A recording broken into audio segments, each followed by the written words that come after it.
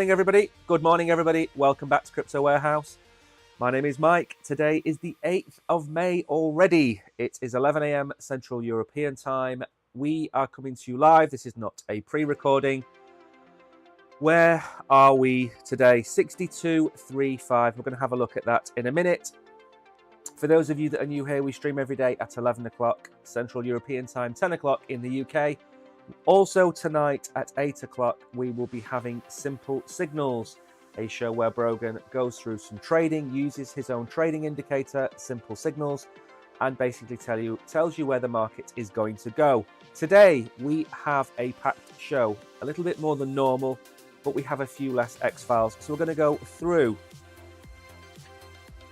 Gary Gensler is blaming us, the crypto community, for the situation that we are in. And that is the headline of the day today, because we're going no further than that. Gensler, it's you. It's all your fault. There's no apostrophe because it won't fit before you ask. We're going to have a look at some alts, an AI pick for the bull run. I mentioned yesterday or the day before that there was going to be a Ripple stablecoin. I found some information about that, so we're going to include that. The Aragon wallet.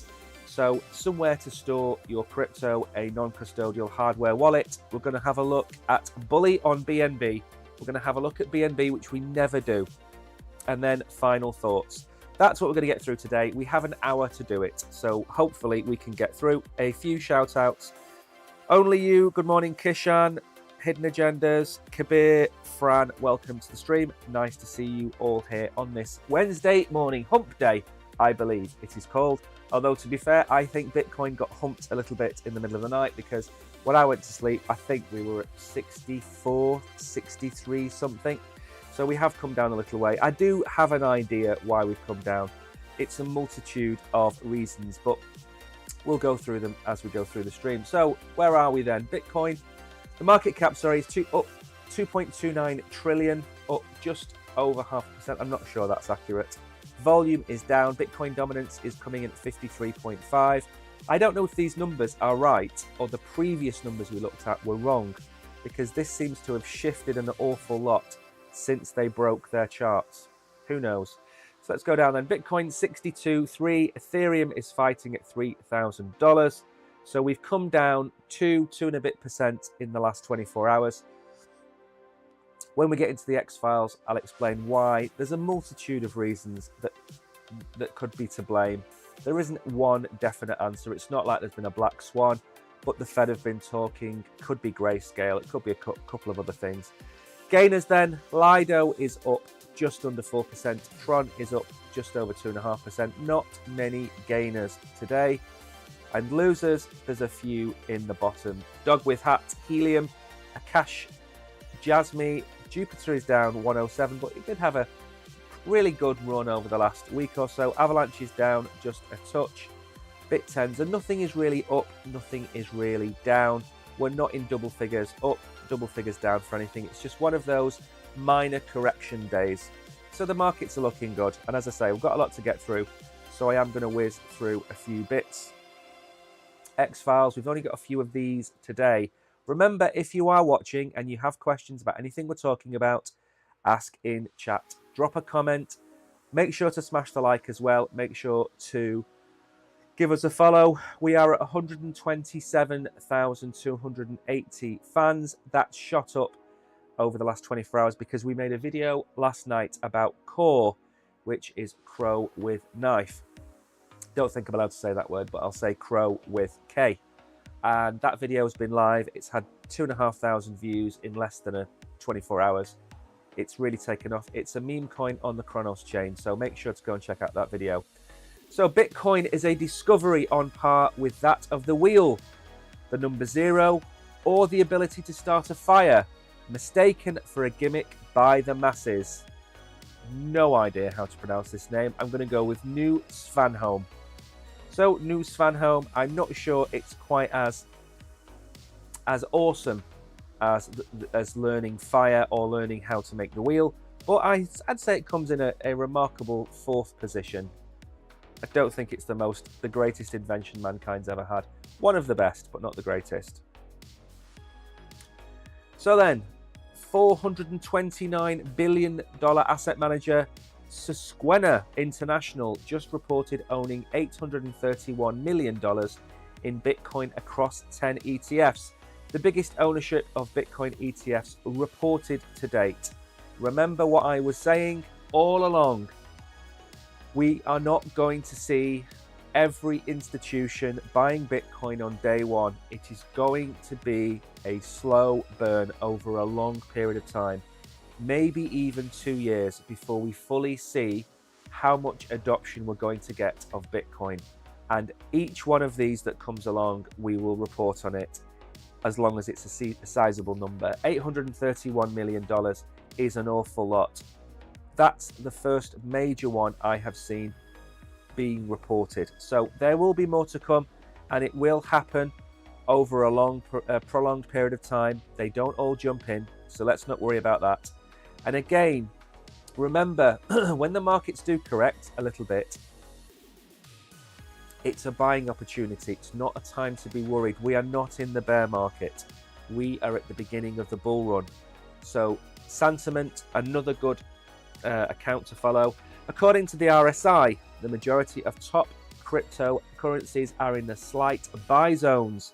This popular momentum oscillator, should I say, which is commonly used in technical analysis, suggests Cardano as potential buy low candidate. So the RSI, Relative Strength Index, is what we look at. I'll show you what it is in a minute when we look at Binance, when we look at Bitcoin. It basically shows you whether something is overbought or oversold.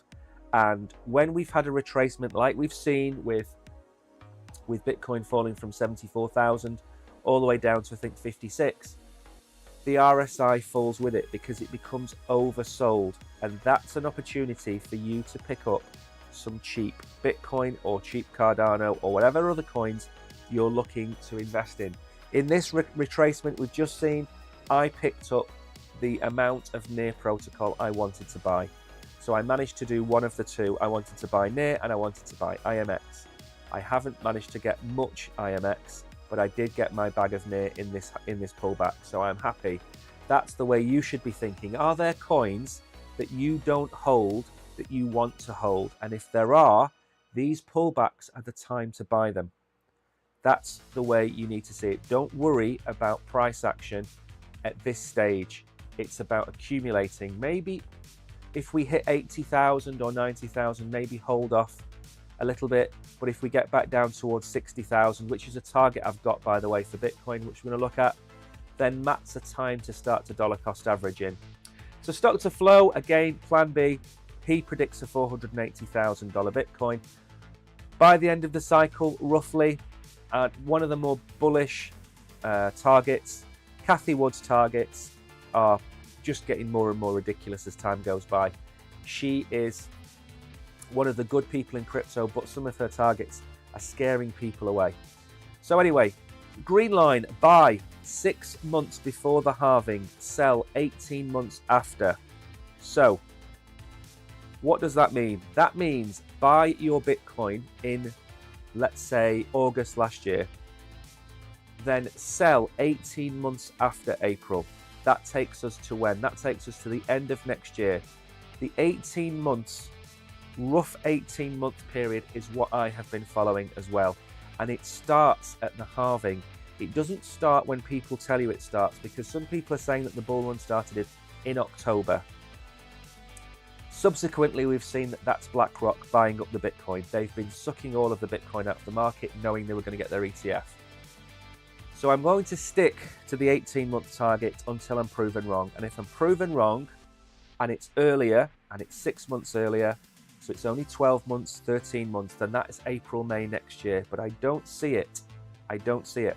Red line is buy 18 months after the halving and sell 6 months before. Blue line equals green line, and red line, buy and hold Bitcoin. So these are one of his many charts that he has explaining crypto. But this one here, for me, should be your rule of thumb, really. The green line. Irrespective of anything else that goes on, conflict, pandemic, everything else, ignore all of that. If you just get a normal calendar and you write buy crypto or buy Bitcoin in this case, and then you go forward 18 months from the halving and you sell, you are in every other cycle up until now, you have had multiple gains. So if you did that and never looked at crypto, you would be in the green massively over the last 8, 9, 10 years. So I'm not trying to oversimplify it. I'm just giving you a rule of thumb that you should follow. Only you. I would love to reorganize my portfolio. By all means, send the portfolio over to me and I will have a look at it for you. I'm never going to give you financial advice, but I can have a look at it. My email address should be somewhere in the information that you've got on the About section, I think. So here we go. The headline of the show. Gary Gensler says it's our fault the SEC appears so focused on crypto. There's an outsized ratio of journalist questions and crypto journalists to market cap, the SEC chair Gary Gensler claims. Maybe, Gary, if you did your job, there wouldn't be so many questions. The SEC and its crypto industry crackdown is continuing apace, with Robinhood, as we talked about yesterday, joining the growing pack of companies that have been served notice of impending enforcement action by the SEC. Gary Gensler wouldn't go into details on that case when appearing on CNBC's Squawk Box, but he did field questions from host Aaron Ross about why the firm appears so fixated on crypto. I can't wait to read this.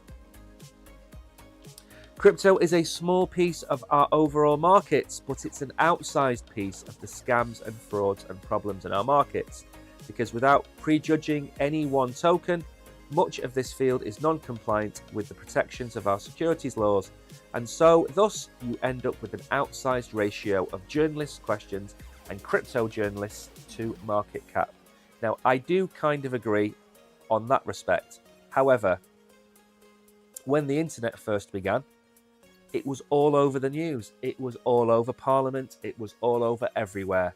This is a new industry. It is going to get more attention. Tesla gets more attention than Ford. Google, Apple, Amazon get more attention than traditional businesses like Walmart. It's the way the world works. It's the next new shiny thing, the next new market, the next frontier in our evolution. Digital money, digital assets, tokenization. It's the next step. We've built the internet. We've moved everything onto the internet apart from real world assets. We've now got AI. Of course, it's going to get a lot of attention. So in one respect, I agree. If you look at it, market cap versus number of questions, totally agree. But you have to look at it from the point of view that nobody wants to talk to him about recycling plants. Everybody wants to talk to him about Ethereum and Bitcoin. It's just the way it is. So I kind of agree with him. I kind of completely disagree with him. So now it's a function of where your attention is, he responded. Think about it. I've been on your show a dozen times, and every show you ask about crypto. And my guessing is that there will be a majority crypto interview while the capital markets are 110 trillion. So it's also about where the financial media is focused. Again, it's the next shiny thing. Gensler also wouldn't comment on the recent lawsuit from Ethereum software firm ConsenSys, which filed a preemptive suit against the agency after it served a firm a Wells notice over its MetaMask. So MetaMask is basically being sued because apparently it's non-compliant. He is going after everything. This is not about protecting the individual. This is a political motive. There is a political move, and Gary Gensler is the head of it. And we don't need to worry too much longer, because by February or March next year, he will be gone. He changes when the American government changes and the new president comes in. He is not going to be here in 8 months, 9 months, 10 months' time, whatever it is. But Gensler would likewise wouldn't comment on whether the SEC sees Ethereum as a security or a commodity. Again, this is the point of the ConsenSys suit, claiming that Ethereum is a security, where they are claiming it is a commodity. So Gary Gensler basically says it's all our fault, and that's the takeaway. I'm not going to read any more about that because we don't have a lot of time.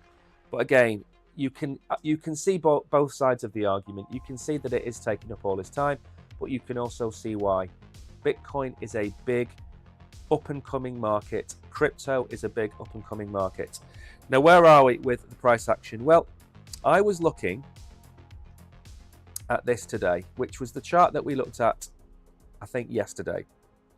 And we said we broke out and now we're coming back down. Now, this is potentially an inverse head and shoulders. I don't like to talk too much about TA on here. I just want to go through the basics. Now, there is a setup for head and shoulders, inverse head and shoulders here, and I was just basically trying to pattern out what I could see, and I think that's the case. Now, if it is the case, and I'm right, which isn't necessarily going to happen, then we're going to come down to maybe 60,600. But it doesn't have to play out that way. The other thing that we have here is, of course, that we were in this channel, as we went through yesterday, and we couldn't get above this channel. And what did we do? We broke out, and maybe we're just coming down to test for resistance. If that's the case, then we are also off to the races. So there's two different plays there that I can see. In fact, the moving average has moved up a touch as well, hasn't it? So let's move that up a little bit. So that's now coming in at 56.7-ish. So I don't think we need to worry too much about this retracement. I said at the start, I'd tell you what I think has happened. So one of the Fed governors, or whatever they are, Fed chairs, came out and said that they weren't going to cut interest rates until inflation was under control. That has annoyed people slightly, and the markets have reacted quite negatively to those comments, because we were supposed to see 3 rate cuts this year. Now we're talking about anywhere between 0 and 2 rate cuts this year. So why does that matter? It matters because the second that rate cuts happen, risk on assets become more favorable. Tech stock, even Tesla, which is still seen as high risk, crypto, which is seen as high risk, that will become a risk on play. So people will bring money into the assets. The longer that they hold these rate hikes, the longer it will be before we see real all-time highs again. So that's the news coming out. Now, again, it doesn't have to be, you have to read between the lines. When Chairman Powell came out and said what he said, people heard very dovish words, and the market reacted very well to that. They've obviously realized that the market has heard too much positivity. So now when they come out and do these speeches where they go to various conferences and do talks, they're being way more hawkish because Chairman Powell sounded too dovish. So he sounded too positive. They're now trying to outweigh that by being too negative. It's like at Christmas or your birthday, where you say to your mum, I want a bike. And your mum says, oh, we'll think about it. Maybe we'll get you a bike for your birthday. But the closer you get to your birthday, the more your mother says, you're not going to get a bike this year. I don't think you've been good enough or you've done well enough at school to get a bike. And then you start to think you're not getting your bike. Until, of course, on your birthday, you've got this great big structure and you unwrap it and it's your bike. That's what they're doing. They're going to be more and more hawkish until they come out and say, okay, now we're going to cut rates and we're going to cut 0.25 percentage point off. Then the markets will rip. So let's see how we react with the next CPI figures that come out. And that's what's really going to turn the market around. But in the short term, I think this could be an inverse head and shoulders, which means we should be heading back towards probably 66, 67,000 if we get it. If we don't, then we don't. But to get there, I think we need to basically wick down to about 60,000. And if we don't wick down to 60,000 and we hold 62, because we did have a line on here, which I've removed very conveniently. We did have a line on here as well, which was about 62.2, and I've got rid of it. But that's the line that we were holding. But I can't have too many lines on the screen. There's already 4. I don't want to make it too messy. Right then, let's move on very quickly to have a look at the... So we're not going to go into this in too much depth because this is an interview. Oh, good morning, Diabliski. I didn't see you there. Sorry. We're not going to go into this in too much depth because it's more of a Hall of Fame chat with Charles Edwards. But there's some interesting points in here that I wanted to raise. And this goes back to the Plan B article. Buy altcoins now, but sell before mid-2025. Not sure about that element, but now is a good time to get the alts. Charles Edwards' altcoin analysis suggests, why do people never spell check? Could that be SUG guests? Maybe SUG guests. The start of this cycle has played out like a textbook, but traders will need an altcoin exit strategy, and this is what we've been saying about having a DCA show where we look to move out of crypto. But we haven't done it yet because there's no rush for this. The earliest I can see us needing to exit is the summer next year. Probably not. I still think it's going to be November next year because it's just too soon for us to peak. And as I said yesterday, we could have a double top, we could have April, and we could have November. I don't know yet. But anyway, this is the perfect time to get into some alts. He says you probably shouldn't hold on to them for too long. If this is a normal 4-year cycle, which so far has been playing out like a textbook, like the previous cycles, we can expect the Bitcoin will probably top either later this year or next year. But it doesn't. It's not been like that at all. If you think about previous cycles, we had the halving in May 2020, and we peaked in November 21, which is 17 months after, 18 months after, can't work it out, 18 months after.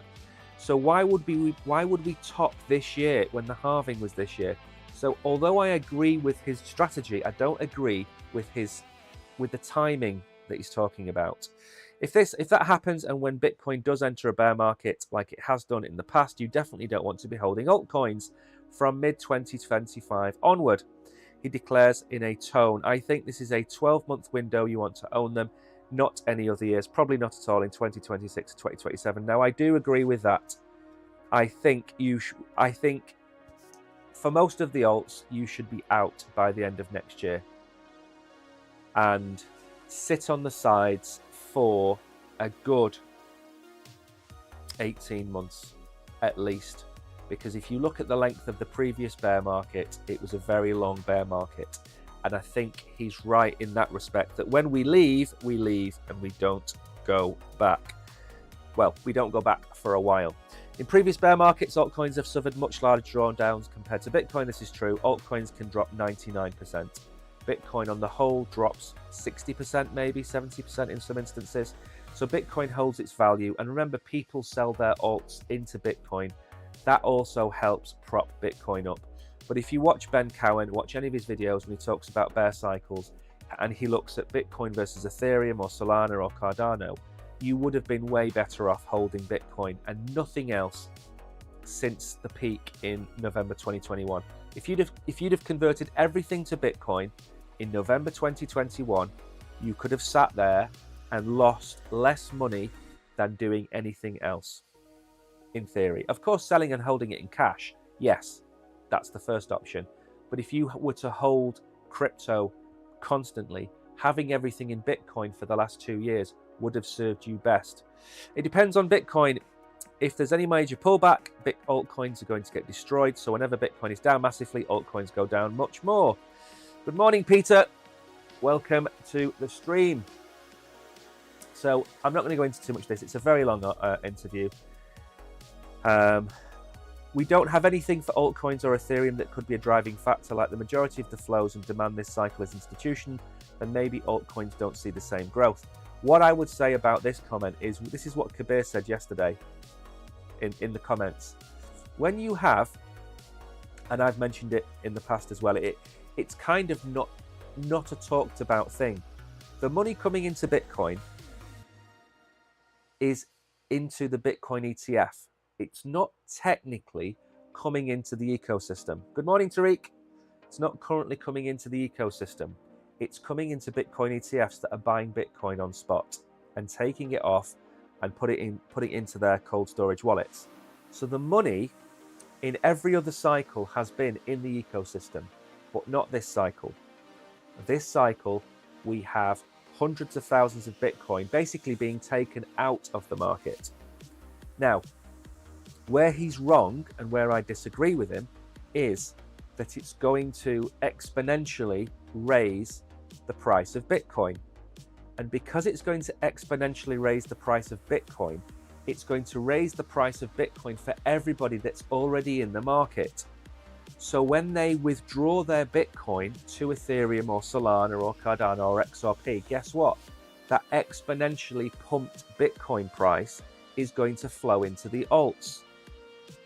So if we have a cake and we lose a quarter of that cake or a third of that cake and it's taken out of the restaurant, what's left is what we have to play with, but it's grown in size.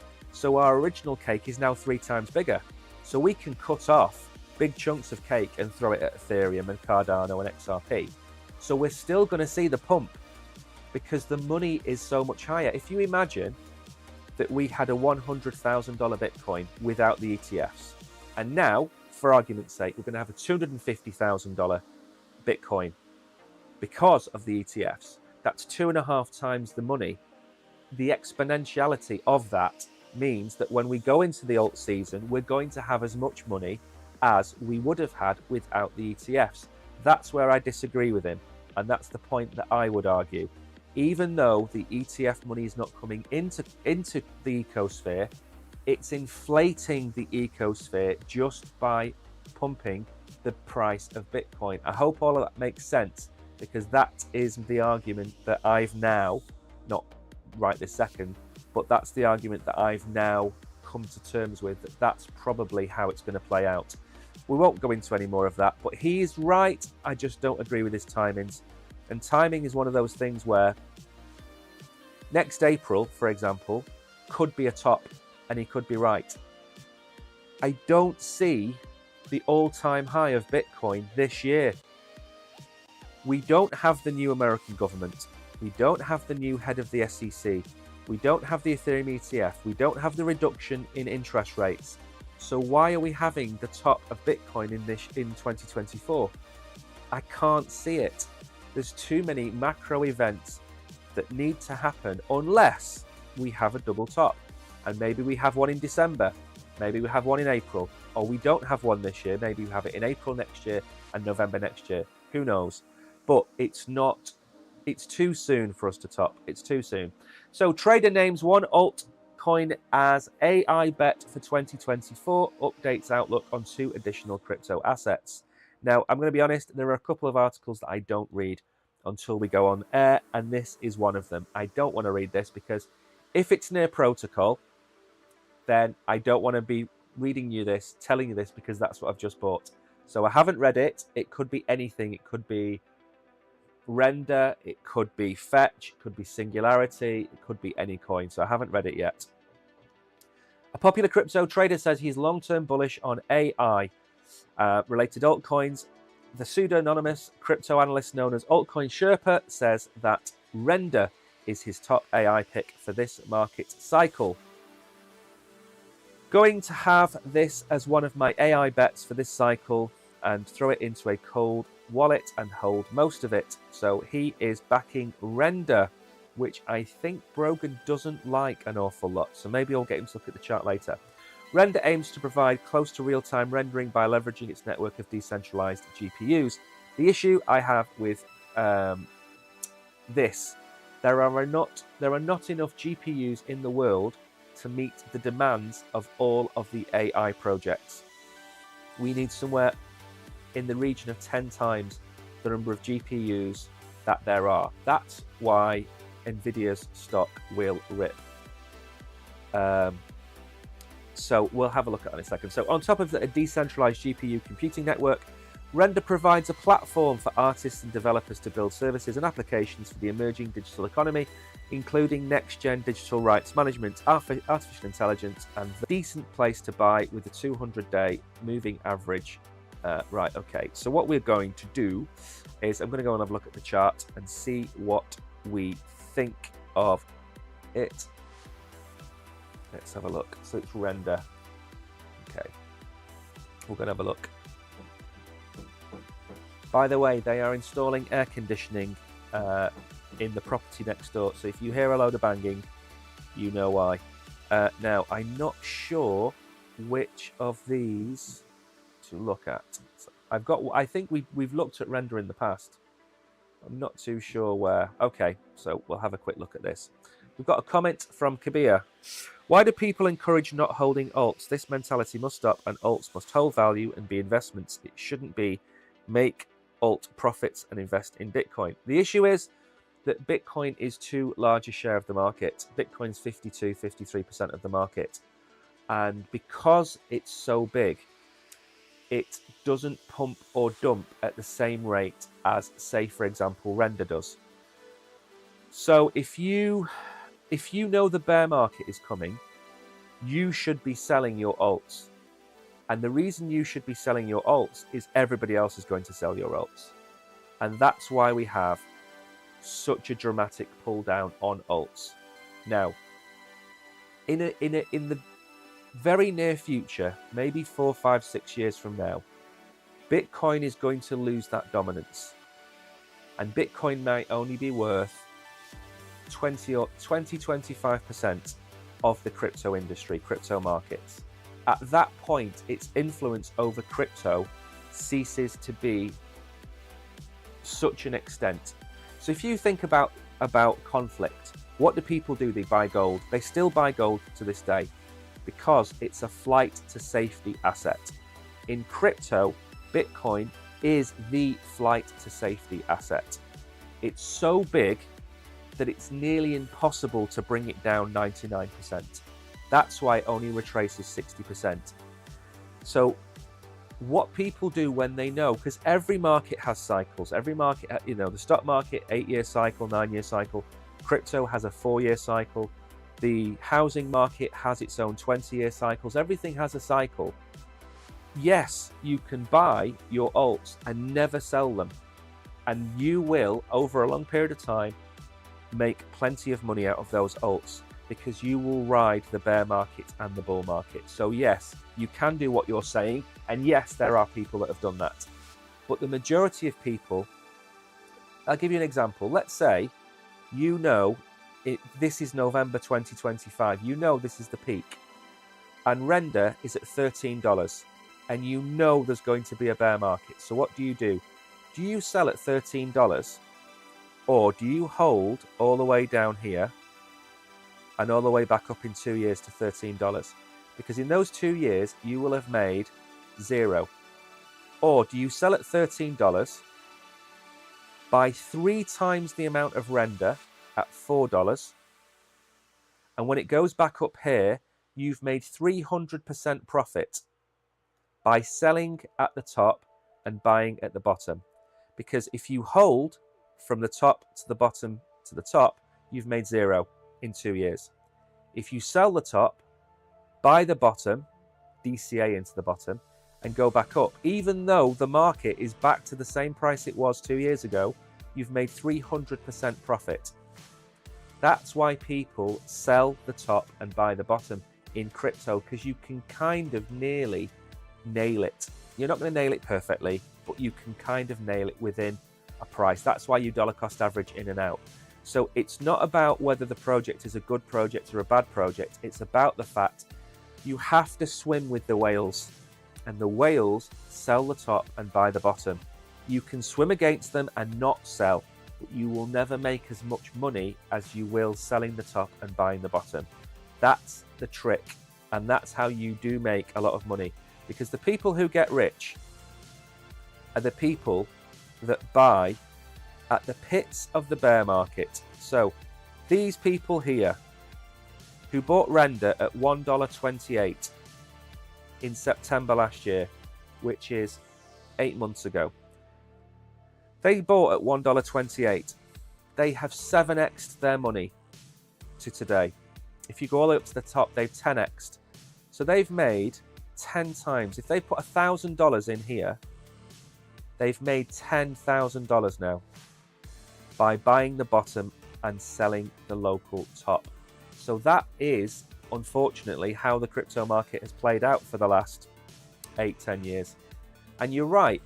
If it's a good project, you should hold it. Yeah.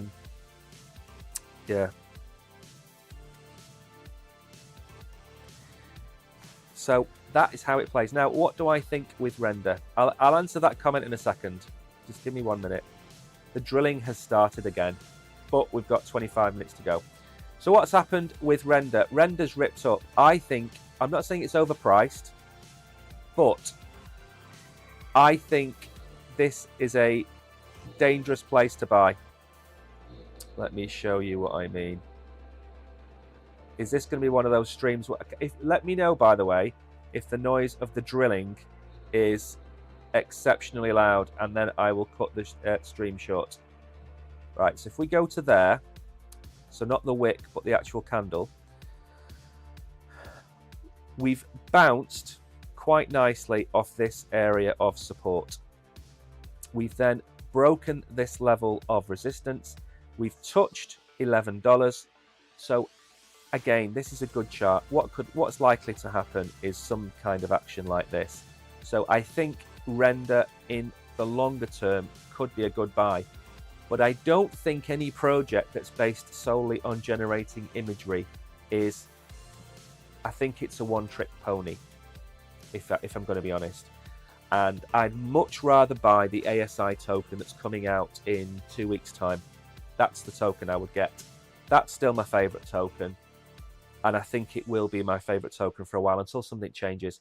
Now we need to move on because we are still a long way from finishing the show. And the drilling has started. Now, Kabir's asked another question. Let's have a look. Same can be said with people holding Bitcoin at 69,000. They waited 2 years to get to 73, but people don't encourage to ever sell your Bitcoin. They do. They do encourage you to sell your Bitcoin. But the issue was in the last cycle, everybody was talking about Bitcoin hitting $100,000. And that's the problem. People were detached from the cycle and people focused on a price. And when I say people, myself included, everybody was saying that we were going to 100,000. Everybody. Now, look at when we peaked. We peaked in November. We peaked 18 months after the halving. So what should you have done? You should have sold the halving. You should have sold it based on the 18 months after the halving. That's when you should have sold. But everybody convinced themselves we were going to $100,000. Now, let's take this scenario. It's November next year, and we're at $95,000. What should you do? You should sell everything. I'm personally not going to be selling my Bitcoin because I think this is the last big 3x, 4x of Bitcoin. I think the institutional money coming in at the rate it's coming in, irrespective of these dips that we're seeing now, is going to make it very difficult for Bitcoin to do so many multiples. So let's say we're at 95,000 by November. What should you do? You should start to dollar cost average out, not financial advice. We might peak at 95, we might peak at 98, we might break 102, and then we could come crashing back down to, say, 70,000. Because remember, we also come down to the previous all-time high. That's another thing to bear in mind. Where did we come to in this bear market? We came to 15, 16, 17,000. We were not far off the previous all-time high. What did we do on the previous all-time high? We came down to the low, which was the previous all-time high. So as a rule of thumb, where do I think Bitcoin is going to drop to in the next cycle? If we follow the same pattern, 70,000 is our bottom, 69,000 is our bottom in the next cycle. 65, 69, it's not exact, but that's my point. Now, That's based on the pattern that we've had. It's not based on the ETFs. The ETFs, like I've said, they've broken Bitcoin. They've broken it out of its cycle because so much more money is coming in. So we should be selling in October, November next year. But as I've said, Bitcoin is getting to the point where I don't think it's an asset that you should be selling, not financial advice. And it depends on where we get to on the price. But of the assets that I've got, Bitcoin is the one that I'm least likely to sell. So Ripple CTO unveils crucial timeline for stablecoin. Now, this is huge. Now, I don't know what the problem is in crypto with men who are going slightly bald, growing their hair out and getting facial hair. Now, I've got glasses and facial hair, but I certainly don't have long hair like this. I don't understand it. You'd think with all of his money, he'd get a hair transplant or at least a wig. He looks like a bear. Right then. So this is the news that we have been waiting for. Why do you want to have a stable coin? Because stable coins make you an awful lot of money. That is why. Stable coins generate yield for the providers. So Circle, Tether both make hundreds of millions and billions of dollars a year in interest by buying US dollar treasury notes. God, the adverts are just ridiculous. So XRP, which I'm not going to go on what about said yesterday, but XRP is going to be big. So Ripple's latest announcement of its, oh my word, what is it with the adverts? Latest announcement of its entry into the stablecoin market, aiming to reinforce the soundness and accessibility of the XRP ledger. The corporate intends to realize this by backing the. Well, I tell you what, crypto news, this is the last time I'm going to read an article on your website. The corporate intends to realize this by backing the brand new stablecoin with a mixture of US greenback reserves and comparable belongings, positioning itself as a competitor to Tether and Circle. This is going to happen. Oh my word.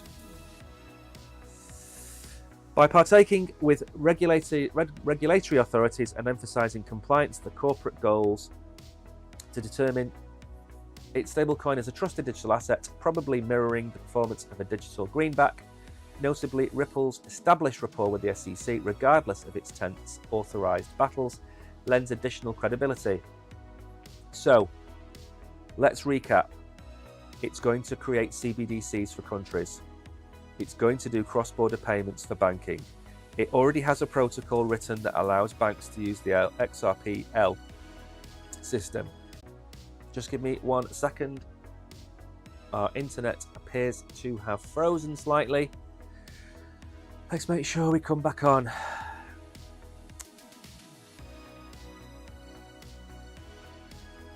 There we are. We are back. Perfect. Sorry about that. We had a wee internet outage.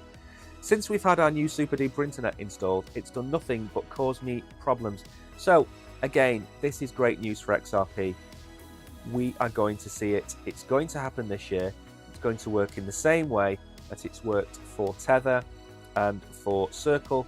It's probably going to get backing of the SEC and everybody else. So again, the XRP neighborhood anticipates additional updates from Ripple in June, eagerly awaiting the development of this vital initiative. Now, again, let me just, I'm not going to say read between the lines. Why do you think the update from Ripple will happen in June?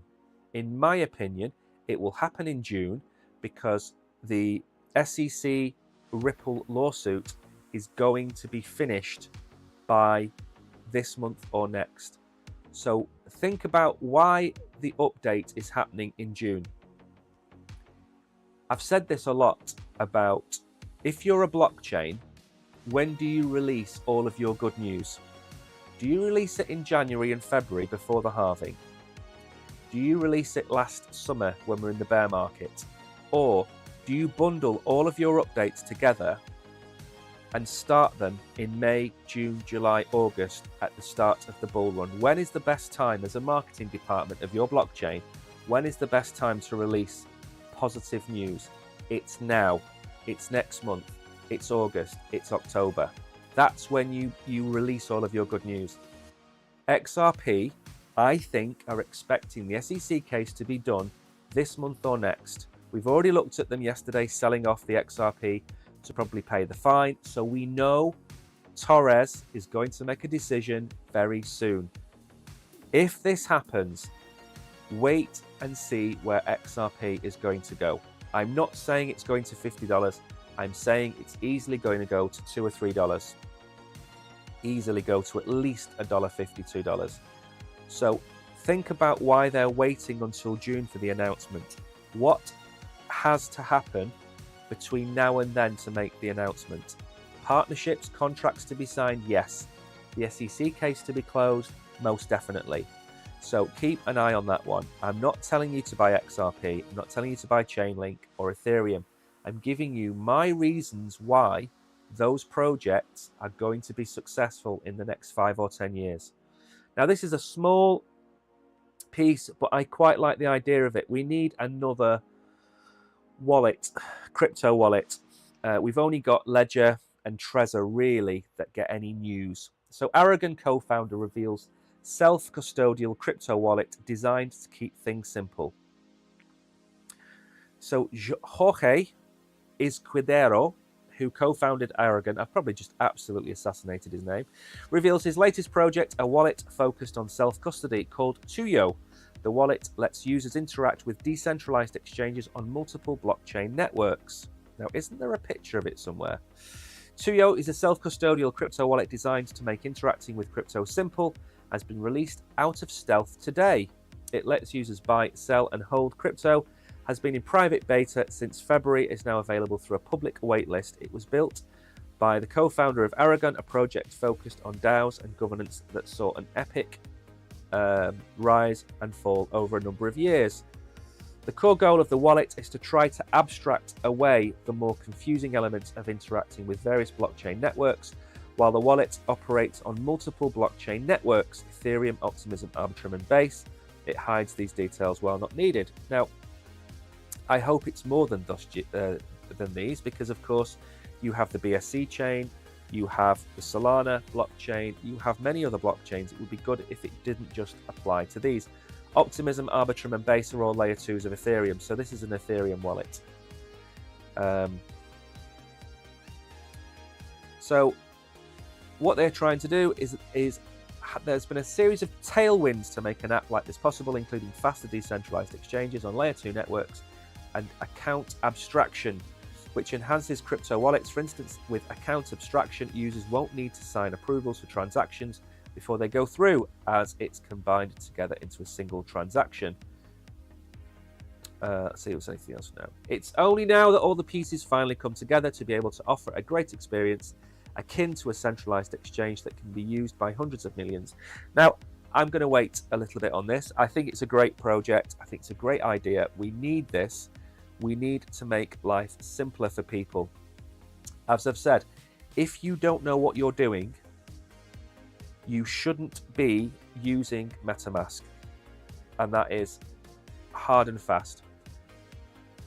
If you're new to crypto and you're watching us on an exchange, which you probably are right now, don't take your money off that exchange. Keep it there. It's safer there than in MetaMask or Phantom or Solflare or Trust.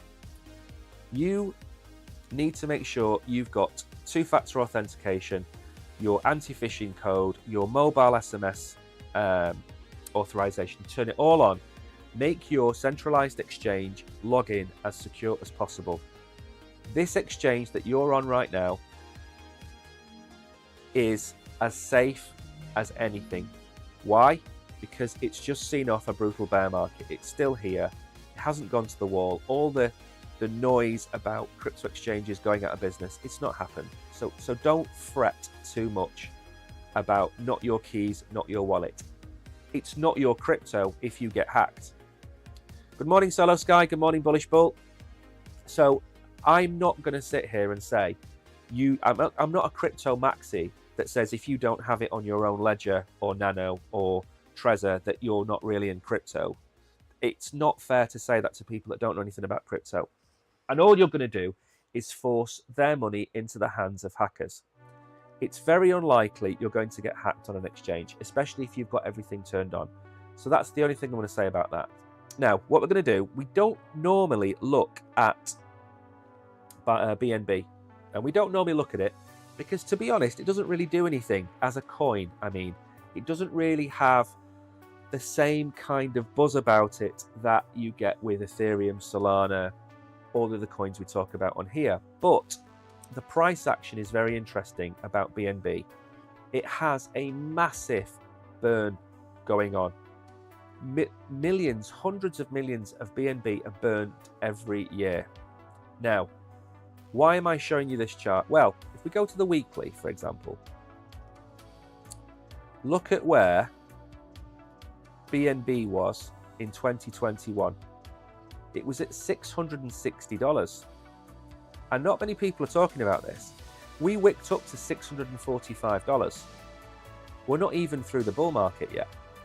So this coin has appreciated in value massively compared to the likes of Matic and XRP and Cardano, and no one's looked at it. No one's saying anything about the coin because it's never in the news. It's like a little secret club where they don't talk about it.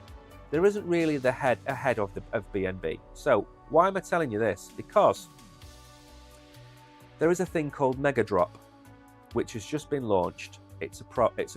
I'm not going to go into the details of the product. It's not relevant here. But what Megadrop does is it makes people lock their BNB for a period up to 120 days, which hasn't existed before. It's been Flexi. So what has Flexi done? Flexi has meant you can buy and sell BNB on the hoof, and it causes a lot of sell pressure as well as buy pressure. Now, recently, with this Megadrop, which was launched probably in the last 2 or 3 weeks, it allows people to lock and earn huge rewards. Again, I'm being careful what I'm saying here. So what happens when you've got a coin that has a reduced circulating supply, that now has a huge locked staking initiative going on? So supply is dropping, circulating supply is dropping. What's going to happen to the value of this coin? Now, I've got very low expectations of BNB in the bull run. I think $2,500 is an unbelievable target for BNB. I think if we get to $1,000, $1,200, $1,500 for BNB, I think that would be a good bull run. So I'm not going to sit here and say it's going to $10,000 because it certainly isn't. But the issue is they've changed the dynamics of the coin by introducing this Megadrop. A lot of people are bought into the cult of BNB. And because of that, and because those coins are being locked, the demand is going to increase because they're also paying 1%, 1 and a bit percent on it. So that's going to suck another 1% out of the market. And that doesn't sound like a lot, but it's, again, the straw that broke the camel's back. So where do I see BNB going? Well, first of all, it's shot well away from its bull market support band and hasn't really touched it since December. They've had a few wicks down, but it hasn't touched it. So what I can see happening is over the next couple of months is I can see this kind of movement going on for the bull market support band. You could argue that this is some kind of bull pennant, which would take the price up here. That was a really bad drawing, but you get the idea. So we could have a bull pennant forming. It's moving away from its bull market support band. Unlike a lot of coins, it never came down. We looked at Ethereum, we've looked at Solana, and what did they all do? They've all done this. Okay, all of them. BNB didn't. BNB just carried on going. BNB said, I'm not playing that game. I think I'll just go for a walk. And it's just walked off. So targets for me, initially, I think $682. You're going to have some resistance. Let me add another line in here. There he is. So I think we're going to have some resistance about, no, maybe not 600, maybe $662. If BNB goes into price discovery it could be at $800. We're looking up here now. We're looking into this zone for BNB, and nobody's talking about this. Nobody. I was going to cover Matic and go through why Matic is so underperforming, but I thought I've done that before. I'm going to look at BNB now, because BNB, I looked at BNB with you guys and I said there's two coins that are going to rip that haven't ripped this cycle, BNB and Matic, and they ripped on the same day. Now, I'm not saying that that's going to happen again this time, but I'm saying you look at that chart that's in front of you, you look at the all-time high on there, or at least the all-time high, sorry, going back to 2021. You look at that and you tell me that that isn't bullish on BNB. Now, at this price, I would not buy BNB. I'm going to be honest with you. I'm not going to buy this coin at $581. I bought BNB at 200. I was buying BNB here, and I told you about it on the stream that I bought a little bit of BNB. In fact, I said, I don't hold any BNB. I need to hold some. So I got my BNB at $200 to $220, or there or thereabouts. And now look where we are. Now, I didn't guess that this was going to happen. I just thought it was undervalued for the coin that it is. And what, you know, the BSC chain is a huge chain. It has lots of projects on it. Don't fade the BSC chain, but it's not sexy compared to Solana, compared to some of the new layer 2s on Ethereum. It's not sexy like Avalanche. There's loads of blockchains, but this is what I also say is, just because it's not sexy doesn't mean it's not useful.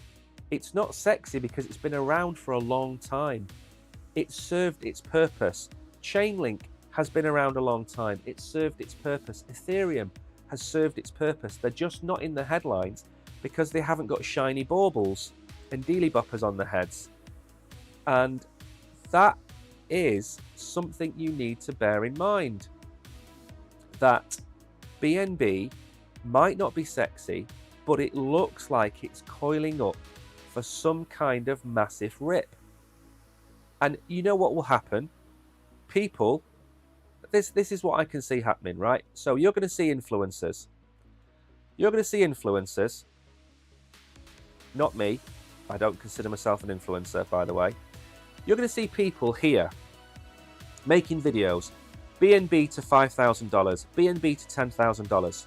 That's what they're going to tell you.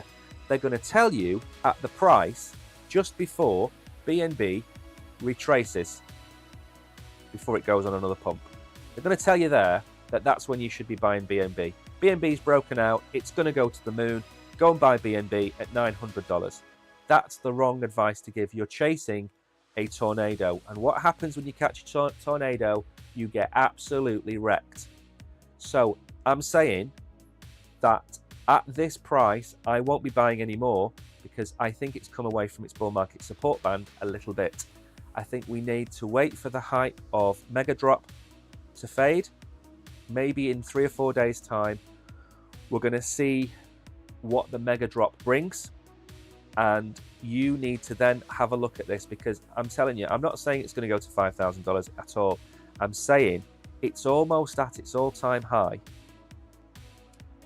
And we are, what are we? We're 3 weeks into the halving and we're there already. I mean, it's a really bullish position for BNB. And again, the burn, they burn billions. It's a huge burn. So I'm very bullish on BNB. If you're holding BNB, great. Go and have a look at Megadrop. If you're not holding BNB, I'd be very careful buying it at this price, because there's a good chance it's going to come down to the bull market support band, which is 472. That would be the price to get this coin at. But for me, I don't see it. It's not going to go to $3,000 tomorrow. Only You has just said BNB was a good buy at 250 a couple of years back in the bear market. Well, I bought it here. I bought it not on stream, but I bought it. I was watching the BNB chart and I said, I'm going to go and buy some BNB. And I did. I didn't buy a lot. I think I've got 1.5 BNB. It's really not a lot. But now, you know, what would I have bought then? I bought about $300 of BNB, and that's now worth nearly $800, $900. So I've not done bad considering I've only held it for a few months, plus I get all the airdrops from it. So it's been a good small investment for me. But the people who've made real money from BNB, the people that were airdropped it for free and have held it all this time, that are now probably millionaires based on one airdrop, and fair play to them. Fair play to them. I don't begrudge them that at all, because they had, I can't remember who said it. Somebody said something. To become a multimillionaire as a Bitcoin holder, you have to be absolutely crazy. Why? Because you didn't sell at 18,000 and it came down to 3. You didn't sell at 69,000 when it came down to 15. You probably haven't sold at 74,000. So you've ridden the Bitcoin train from $1,000 to 18 to 3 to 28 to 69, back down to 15, back to 74. You've either got absolute conviction in Bitcoin or you are clinically insane. That's the only two ways you can look at it. And for the BNB holders, who would have thought we'd be talking about a $600 BNB that you were airdropped 6 years ago? Who would have thought that that would have been $600? The people who've held it all this time are the people that believed it was going to be $600, and that's why I don't begrudge them. So, for me, I'm not going to tell you to buy or tell you to sell or tell you anything, because it's not financial advice. What I will say, this is the wrong time to buy this coin, but if it does retrace to 470, 450, what a great price to buy it at, because it's probably going to hit at least $1,000. Now, I wasn't saying that down here, by the way. I was saying we'd be good to get to $800. That's what I would say. Was Megadrop created? 4 months, 120 days. CZ, largest BNB holder, can now stake it for... you know what? I don't know, Kabir. It's a good question. Do you know what? I'm going to be honest. I made a video yesterday about Crow with the word I can't say, on the Kronos chain. And a lot of videos I make, this is my final thought, by the way, a lot of videos I make are about the Solana blockchain.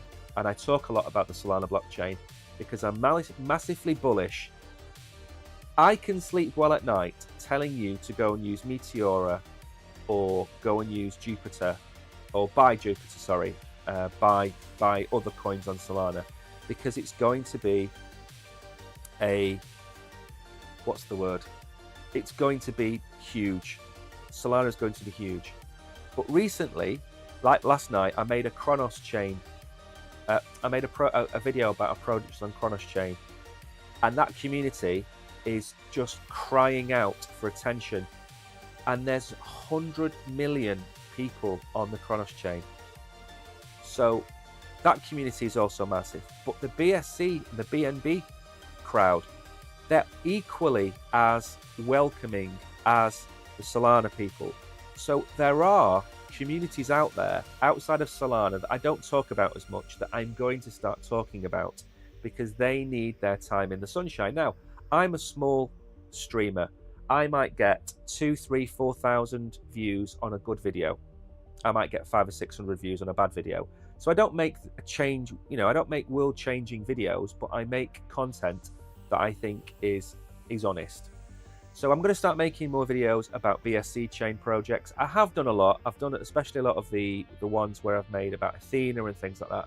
I have done them, but I need to make a few more. And Kronos chain, I'm going to do the same thing with. So bear with me on that. So there are there are other communities out there outside of Solana. Mike, I think I found a hidden gem, Eternity chain, with good news with it. Also, I hold and very surprised it is doing okay. Check it out. Seems good. Let me know what you think of the news. I'm going to go and have a look at that after the stream. It's 12:05. We've got to the end of the stream. I'm going to go now, and I have 2 videos to make tomorrow and Friday. I'm probably still going to stream Thursday and Friday, but so far I've got 4 videos to make, and that's a push to do 4 videos and 2 streams in 2 days, because a stream, I said this before, it takes about 4 hours to prepare this. You might not think it, you might think I sit down and just talk, but I don't. I've got to get the news articles, the X-Files, I've got to get the charts ready, I've got to get everything ready, I've got to prepare the stream. It's a big job. So there may be a chance that I don't stream one of the 2 days. I don't know yet, but I'm going to try and fit it all in. So bear with me. And that's it, really. I'm going to go now. I'm going to start recording some of my videos. Thank you, everybody, for coming. You know what I really appreciate? I don't care what you say in chat. If you want to ask daft questions that you think are daft, I won't think they're daft. I will answer them honestly. You know, Kabir has asked some good questions today. Peter's asked some good questions today. Diableski, Only You, Kishan. Just, you know, ask anything you want.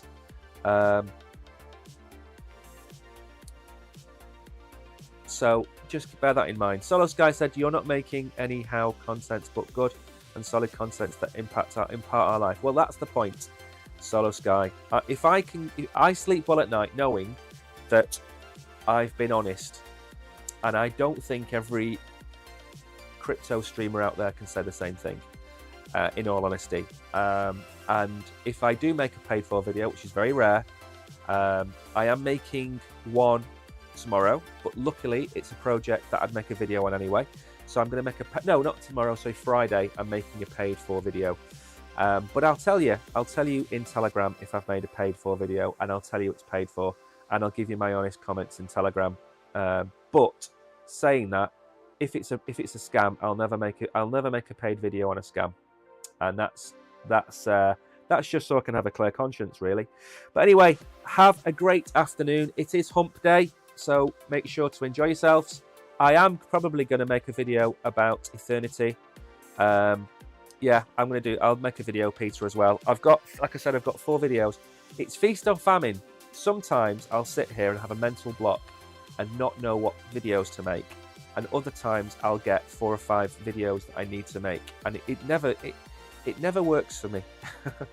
Monday or Tuesday this week, Sunday or Monday, I can't remember which, I didn't make a video because I couldn't think of anything that had merit, if you know what I mean. And now I've got 2 Chronos Chain videos to make. I have 2 sponsored videos to make, and I'll make one about it. So actually I've got 5 videos to make. I'll see what I can do. Anyway, until tomorrow, thanks everybody. Remember, we're back at 11. If you haven't subscribed, subscribe already. What are you doing? And Only You, don't forget to email me. You can send me screenshots. You can just copy and paste the text into the email and have a look. Peter sent me a really good breakdown of his portfolio, and I couldn't find fault with it for his strategy. So I'm either going to give you some pointers or tell you it's okay. Right, thanks everybody. See you all tomorrow. Take care. And cheers, Diableski. I've just got your comment before I went off air. Thanks a lot.